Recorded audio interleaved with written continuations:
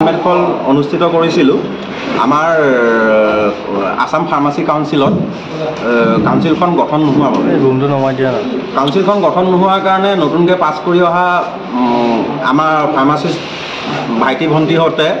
আজি 2022 চনৰ পৰা ৰেজিষ্ট্ৰেশ্যন কৰিব পৰা নাই তাৰ ভিতৰত এতিয়া এপ্লাই কৰি থৈছে 2833 জনে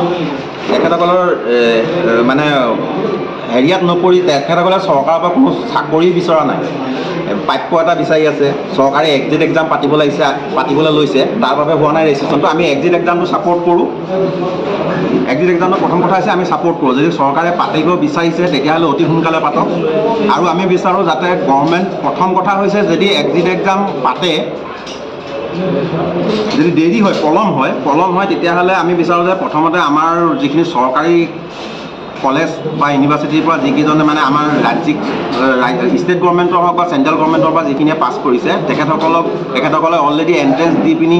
সোমোৱা গতিকে তেখেতসকলক এই এক্সিট এক্সামৰ পৰা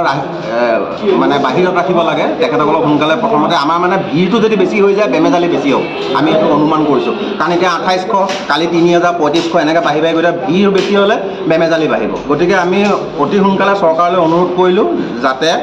আপোনাৰ প্ৰচেছটো ৰেজিষ্ট্ৰেশ্যনৰ প্ৰচেছটো সোনকালে আৰম্ভ কৰক এক্সিট এক্সাম পাতিলেও পাতক আৰু চৰকাৰী ইনষ্টিটিউটকেইটাক তাৰ পৰা ৰেহাই দিব লাগে আৰু 2 নম্বৰ কথা হৈছে কি আমাৰ কাউন্সিলখন গঠন নোহোৱাৰ কাৰণে আমাৰ ৰেজিষ্ট্ৰেশ্যন প্ৰচেছৰ পৰা ধৰিলে গোটেই কামখিনি মানে পলম হৈ আছে গতিকে আমাৰ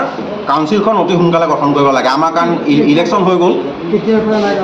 কাউন্সিলখন আপোনাৰ 2023 ফেব্ৰুৱাৰী মাহৰ পৰা কাৰ্যক্ষম নহয় ইলেকশ্যন লৈ পিনি আমাৰ উচ্চ ন্যায়ালয়ত কিবাকিবি কেছো চলি আছে কিন্তু তাৰ মানে প্ৰথমতে কেছটো চলিলে আপোনাৰ অনলাইন হোৱাৰ কাৰণে এবাৰ ভোটিং হৈ গ'ল তাৰপিছত অনলাইনটো আপোনাৰ অনলাইন ভোটিঙৰ এগেইনষ্টত কোনোবাই কেছ তৰাৰ কাৰণে আকৌ আমাৰ অফলাইন হ'ল মানে পোষ্টেল ভোটিং হ'ল পোষ্টেল ভোটিঙৰ আমাৰ ৰিজাল্ট দিয়াও ভালেমান সময় হৈ গ'ল এতিয়া আমাৰ অসুবিধাটো ক'ত হৈ আছে মানে আমাৰ যিকেইজন মনোনীত প্ৰাৰ্থী যিকেইজন চৰকাৰৰ পৰা যিকেইজন দিব লাগে সেইকেইজন এতিয়ালৈকে দিব পৰা নাই কিহৰ কাৰণে দিব পৰা নাই নাজানো আৰু সেইটো কাৰণে কাউন্সিলখন গঠন হোৱা আৰু কাউন্সিলখন গঠন হ'লে আমাৰ মোটামুটি বেমেজালিখিনি একেই হৈ যায় মানে নিৰ্বাচন হৈ গ'ল ৰিজাল্ট ডিক্লেয়াৰ হৈ গ'ল সব হৈ গ'ল অকল আমাৰ মানে যিখিনি নমিনেটেড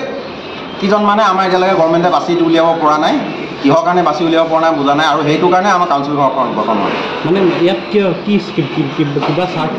জড়িত হৈ আছে নেকি স্বাৰ্থ মানে এতিয়া আপোনাৰ ক'ব নোৱাৰি আমাৰ মানে আমি ভাবোঁ যে আমাৰ বিভাগটো মানে একেবাৰে আপোনাৰ চৰকাৰৰ দৃষ্টিগোচৰ নহয়েই আমাৰ মানে বহুত ক্ষেত্ৰত আমাৰ এতিয়া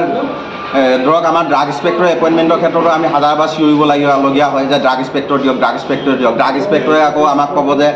ক'ৰবাত যদি আমি যদি যাবলৈ কওঁ ফাৰ্মাচী এখন ইনস্পেকশ্যনত যাওঁ তেতিয়া তেখেতসকলে ক'ব যে আমি আমাৰ নিজৰ চৰকাৰী ধৰণৰ আমাৰ চৰকাৰী ফালৰ পৰা আমি গাড়ী এখন নাপাওঁ কিবা নাপাওঁ আমি গতিকে ক'তো যাব নোৱাৰোঁ এতিয়া চৰকাৰে আজি কেইদিনমানৰ পৰা মন দিছে আমাৰ ডিপাৰ্টমেণ্টটো আমি ভাবিছোঁ যে মুখ্যমন্ত্ৰীয়েও কিবা সন্দেহ নহয় মানে কামৰ কিবা বিসংগতি দেখিয়ে চাগে বিভাগটো আকৌ লৈছে গতিকে আমি মুখ্যমন্ত্ৰীলৈ অনুৰোধ কৰিম যে তেখেতে কাউন্সিলখন অতি সোনকালে গঠন কৰাত আগভাগ লওক কিমান ইলেকশ্যনৰ মতে কিমান আছিলে 10,000 প্ৰায় ভোটাৰ 10,000 মান হ'ব